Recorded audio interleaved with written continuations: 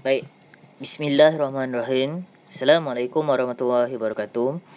Anda bersama dengan saya, Cikgu anda untuk sesi PDPR di rumah sepanjang sesi PKP. Baik, besar harapan cikgu agar anda semua hari ini sihat-sihat belaka dan gembira hendaknya, insya-Allah. Baik, kita santai-santai saja. Boleh tengok pada slide share yang cikgu bagi pada hari ini. Baik, hari ini kita nak sambung pendidikan ibadat. Okey, pelajaran 1. Ni dia. Okey, baik. Pengertian ibadat. Cikgu dah zoom dah. Baik, untuk pengetahuan murid-murid, apa yang anda nampak dekat gambar ni? Ya, ada tabur masjid, ada orang tengah sembahyang, ada orang tengah baca Quran, tengah duduk. Baik, ada kitab-kitab kan. So, bermakna ini gambar dekat bawah ni adalah gambar orang tengah solat ibadah dekat masjid ataupun surau. Okey, kalau gambar kat sekolah ada gambar lain lah. Ni gambar biasa kat masjid ataupun surau. Baik, tengok dekat sini. Pelajaran 1, pendidikan ibadat. Apa itu ibadah? Ibadah ataupun ibadat merupakan patuh dan taat. Maksudnya dekat sini ibadah ataupun ibadat itu patuh dan taat melakukan segala syariat Allah dengan rasa penuh kebahagiaan, kehambaan. Cikgu tambah kehambaan sepenuh jiwa raga. Seperti mendirikan solat, puasa, sedekah, baca Quran dan lain-lain. Okey, faham? Cikgu jelaskan sekali lagi ibadah ataupun ibadat, apa dia? Bila orang tanya ibadat tu apa? Ibadah tu kita buat sesuatu perkara dengan penuh patuh, dengan penuh taat, melakukan syariat ataupun suruhan Allah itu dengan rasa kebahagiaan, kehambaan. Seperti apa dia? Seperti kita laksanakan solat, puasa, sedekah, baca Quran dan sebagainya. Jelas? Kalau peksa tanya ibadah tu apa? Ibadah tu kita buat sesuatu sungguh-sungguh kerana Allah, kerana taat perintah Allah. Pun boleh juga. Okey. Seterusnya ada gambar tu. Ada soalan daripada anak murid ni. Ni kat sekolah ni. Rindu kan dekat sekolah. Tengok. Kenapa kita sembah Allah? Ustaz dia jawab, kerana Allah yang menciptakan kita dan semua makhluknya. Dalil disyariatkan ibadah. Cikgu baca Artinya, iaitu ingatlah, aku tidak menciptakan jin dan manusia melainkan untuk mereka menyembah dan beribadah kepadaku. Okey. Benda yang paling mudah cikgu nak bagi awak faham. Tujuan manusia dijadikan oleh Allah. Tujuan malaikat dijadikan oleh Allah. Semua makhluk dijadikan oleh Allah adalah untuk beribadah kepada Sang Penciptanya. Siapa? Allah Subhanahu Wa Taala. Manusia dijadikan oleh Allah untuk beribadah. Apa dia cara beribadah manusia? Solat, ngaji, kerja. Apa lagi? Makan, minum. Taat segala-galanya perintah Allah. Okey, jelas Itu adalah tugas kita sebagai manusia, kena beribadah kepada Allah. Walaupun jalan, mulakan jalan tu baca bismillah, itu pun ibadah. Contoh. Okey, boleh? Okey, jelas Baik, yang kedua. Boleh tak kita masuk pelajaran kedua? Boleh, kita masuk sikit saja. Okey. Pelajaran 2, kita baca atau kita masuk bab toharah. Toharah ni apa? Baik, tak nak banyak panjang. Kita tengok dekat sini kat gambar. Ada orang tengah mandi, ada orang tengah ambil wuduk. Jadi, agaknya apa tu? Toharah ini ialah atau maksudnya membersihkan sesuatu dari najis dan menyucikan diri daripada hadas. Hadas ni ada dua, hadas besar, hadas kecil. Jelas? Tohara ni bermakna kita pergi mandilah. Nak sembahyang mandi, nak pergi sekolah mandi, nak pergi pasar lambak pun mandi. Nak sembahyang ambil uduk. Okey, lepas buang air besar, air kecil kena bersihkan. Itu adalah toharah, membersihkan sesuatu daripada najis. Jelas anak-anak? Okey, kita tengok dekat sini. Hukum toharah. Toharah wajib ke atas setiap lelaki dan perempuan. Semua manusia wajib amalkan toharah. Toharah ni apa? Bersuci, menjaga kebersihan. Toharah merupakan syarat sah solat dan beberapa ibadah yang lain. Kalau tak bersih, tak suci, maka kita tak boleh solat. Tak boleh pegang Quran. Nak kawan dengan orang pun orang tak nak dekat dengan kita sebab kita kotor. So, jadi kena amalkan toharah. Baik, seterusnya. Kita tengok dekat sini. Apa dia tujuan toharah? Tujuan ni apa? Tujuannya kepentingan toharah. Yang pertama, membolehkan seseorang itu melaksanakan ibadat-ibadat tertentu seperti solat, tawaf, baca Quran. Kalau kita dah bersih, kenapa kena bersih? Nak baca Quran, nak solat, nak tawaf. Tawaf ni apa? Pusing dekat Kaabah tu.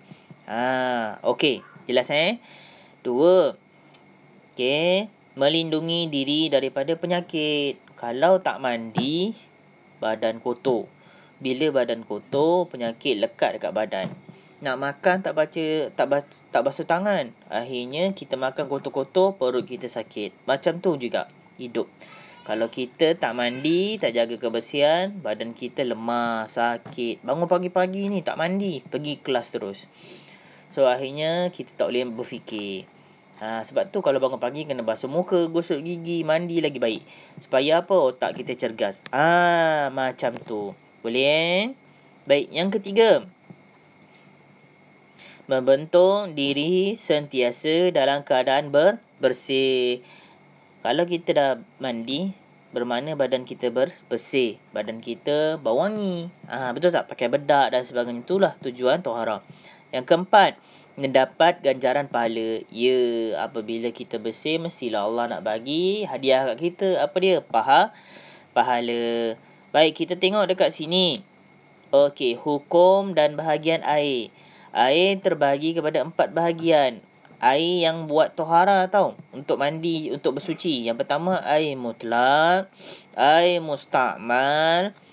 Air musyammas. 3, air mutanajis. Air mutlak ni air apa? Air bersih yang suci. Contohnya, air hujan, air embun, air sungai, air laut. Air ni disuci dan terus boleh guna. Kalau nak minum, kena masak. Itu je. Boleh. 2, air musta'mal. Air musta'mal ni air yang tercampur dengan air yang telah digunakan untuk mandi hadas ataupun basuhan wuduk yang wajib. Contoh, awak ambil wuduk. Air tu bertakung dekat dalam baldi. Awak pakai air tu balik. So itulah contoh air musta'mal. Okey. Kadar air adalah kurang daripada 2 kolah serta tidak berubah salah satu sifatnya. Air, bau, warna dan rasa. Kalau berubah je warna dia, rasa dia, bau dia, dah tak boleh pakai.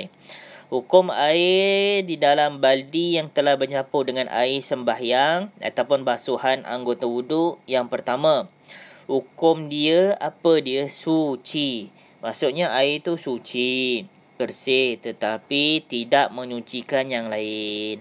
Faham? Air tu tetaplah air mutlak, air yang suci. Cumanya dia tidak menyucikan yang lain. Okey, kalau boleh pakai air yang betul-betul direct daripada pipe. Jangan air yang telah bercampur macam tadi air wuduk tu.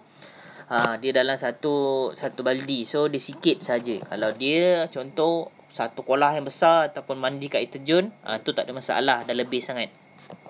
Boleh anak-anak? Baik, yang ketiga, air mutanajis. Air mutanajis ni apa? Najis. Bermakna ada najis. Ada najis. Air ini kurang dari 2 kolah dan terkena najis atau air yang lebih daripada 2 kolah dan terkena najis sehingga berubah sama ada warna, rasa ataupun bau. Hukumnya tidak suci dan tidak menyucikan.